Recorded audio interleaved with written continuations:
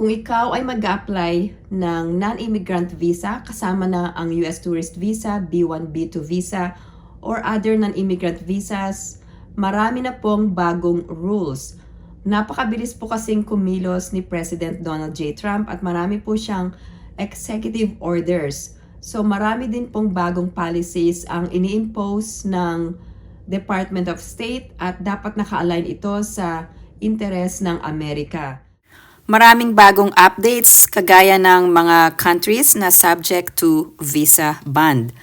Pero tignan muna natin ang overstay rate ng Philippines pagdating sa B1, B2 or tourist visa. Ito ay report galing sa US Customs and Border Protection na nasa Department of Homeland Security.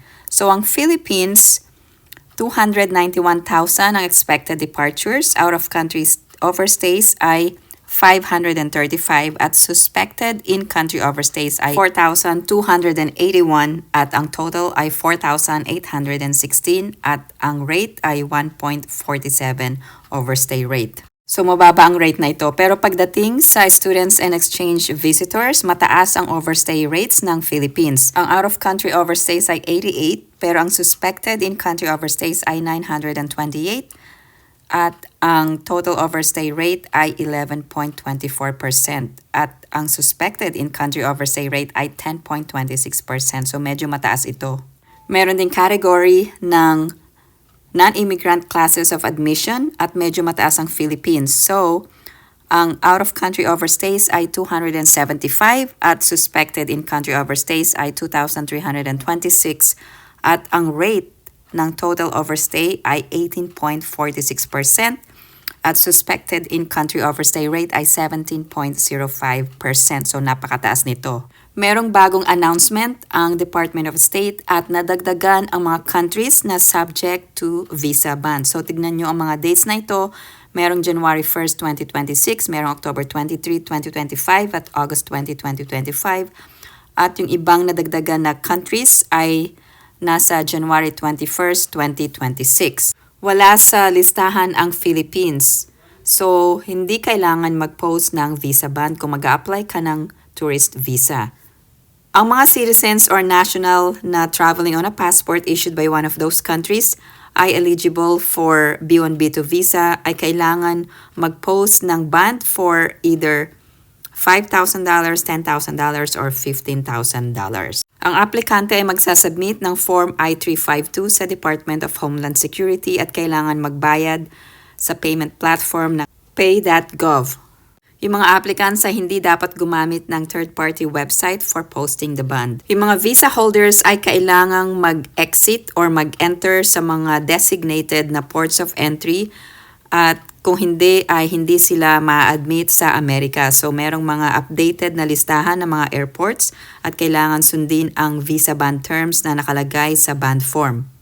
Ibabalik ng Department of Homeland Security ang binayad mo kapag ang visa holder ay nag-depart sa Amerika or hindi nag-travel sa Amerika bago mag-expire ang visa or nag-apply pero na-deny ng admission sa US Port of Entry.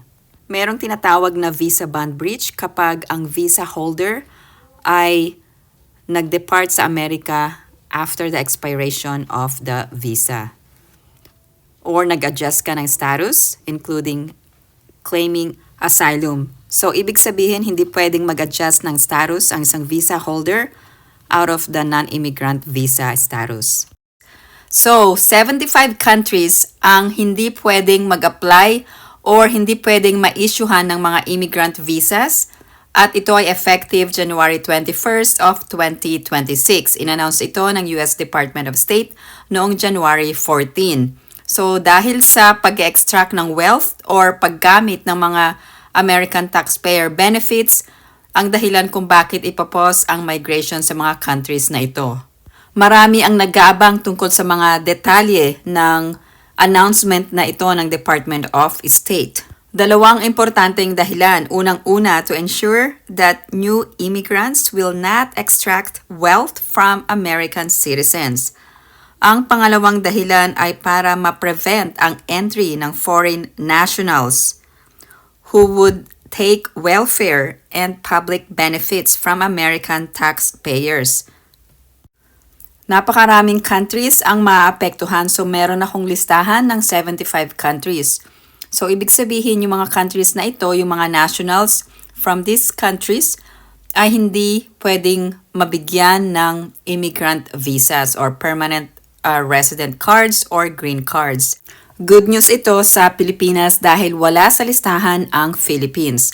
Pero meron ng bagong visa policy. So yung mga consular officers na magre-review ng mga applicants ay titignan ang ganitong mga information kagaya ng health information. Usually kung mag-apply ka ng immigrant visa ay meron kang medical examination at kung merong nakitang medical condition ay dadaan ka sa treatment. Pangalawang information ay ang iyong edad. At pangatlong information at bago ito ay titignan ang iyong English proficiency. So marami pong bagong policy sa Trump administration at ngayon ay ma-enforce na ito effective January 21st. Ang isa pang importanteng information ay titignan ang inyong finances. So titignan kung kayo ay self-sufficient or kung kaya nyo bang sustentuhan ang sarili niyo habang kayo ay nasa Amerika.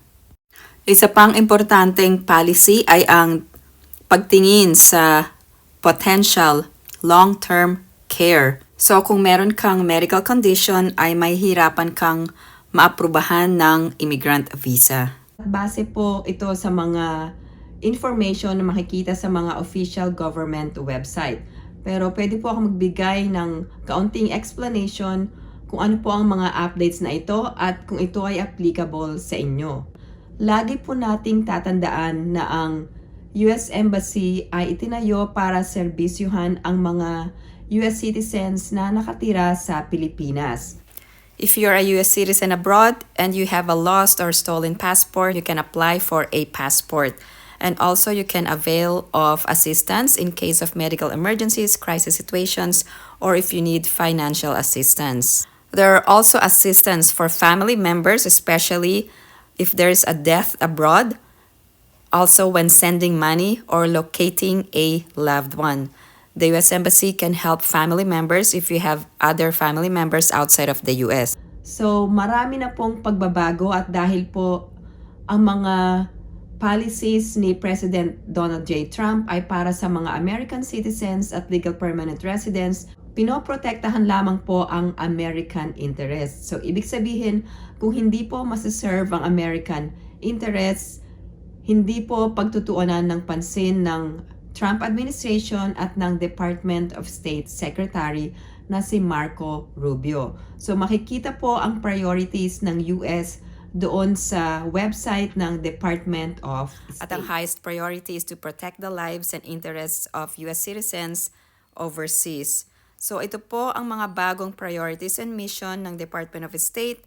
Ang mga pondo na inilalaan ng Department of State ay para sa program or policy na ma-justify na America should stay safer, stronger, or more prosperous. Sa mga American citizens na nakatira sa Pilipinas, isang email contact information na lamang po ang pwedeng gamitin. For all American citizen services, there is only one single email contact, and that will be acsinfomanila@state.gov. This is applicable for both Manila or Cebu.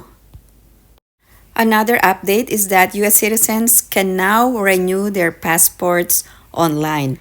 Another important announcement is that there were 2.78 million passport books and cards issued in March, and that was considered a high volume. So malaki po ang population ng mga American citizens na currently living in the Philippines. So marami pong US citizens ang nangangailangan ng serbisyo ng US Embassy.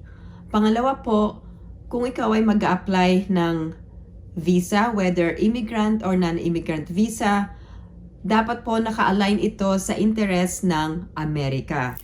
Priority ng Trump administration ang pag-deter sa illegal immigration. At pangalawa ay para mapigil ang visa fraud.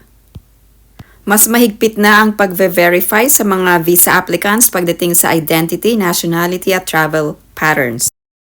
Titignan rin ang mga public posts sa inyong social media accounts.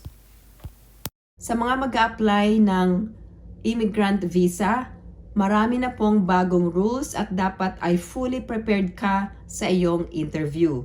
Meron pong update na nilabas noong May 2025. Ito po ang update sa mga immigrant visa applicants. Mas mahigpit na ngayon sa mga immigrant visa applicants dahil kung meron kayong appointment at hindi kompleto ang dala ninyong original documents ay hindi po kayo bibigyan ng interview at kailangan nyo pong magpa-schedule ng bagong appointment. At ibig sabihin nito, hindi ka agad makakakuha ng appointment kung wala kang or kung kulang ang iyong documents. Ito po ang mga documents for immigrant visa applicants: passport, original civil documents, original Philippine police clearance or NBI clearance, at foreign police certificate kung nakatira ka sa ibang bansa or nag-work ka sa ibang bansa, affidavit of support, DS-260 confirmation page, at interview appointment letter. Isa pang update ay dapat ay nakapag-medical examination ka na sa St. Luke's bago ka pumunta sa iyong immigrant visa interview. Kailangan ding dalhin ang original birth certificate for applicants being petitioned by their child or sibling at tignan po ang mga aliases or nicknames kasama na ang magkakaibang spelling.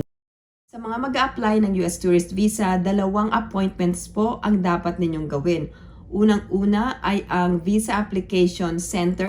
Para po ito sa mga mag-a-apply ng US Tourist Visa. Meron na pong biometrics sa mga mag-a-apply ng US Tourist Visa. Itinayo po ang Visa Application Center para makuha ang biometrics information. Pangalawang appointment ay ang interview schedule para sa inyong interview. Merong isang importanteng update at ito ay effective September 2nd of 2025 at meron pong mga changes sa visa interview waiver. So lahat po ng non-immigrant visa applicants under the age of 14 and over the age of 79 will now require an in-person interview. Pero meron pong exceptions at ang pinaka-importanteng exceptions ay sa mga applicants renewing B1 or B2 or B1, B2 or border crossing card within 12 months of prior visa's expiration, an applicant was at least 18 years of age. Marami po ang nagtatanong kung mahigpit na ba ang pagkuha ng US Tourist Visa under the Trump administration. Mas mahigpit po ang pagkuha ng US Tourist Visa pero hindi ibig sabihin na hindi ka na magkakaroon ng chance na mag-grant ang iyong application for US Tourist Visa. So depende po sa inyong social ties at personal circumstances. At dahil po meron ng fingerprint information at vetting information sa mga mag-a-apply ng tourist visa, ay dadaan na po kayo sa mga background checks. Sa mga first-time applicants ng US Tourist Visa, meron pong process na kailangang sundin bago po kayo ma-approve at kailangan ay ma-approve po ninyo ang inyong social ties sa Pilipinas at dapat ay kumpleto po ang information na inyong ibibigay. Salamat po sa pagsubaybay sa aking YouTube channel. Kung meron po kayong experience sa US Embassy Manila at gusto nyo pong i-share, pwede nyo pong i-post sa comments section below. Salamat po sa aking mga subscribers at kung hindi pa kayo nakakapag-subscribe, mag-subscribe na po at huwag pong kailimutang i-like at i-share po ang mga videos na ito sa aking channel. Salamat po sa lahat ng aking viewers. Salamat po sa pagsubaybay. I hope everyone is staying safe and have a great day.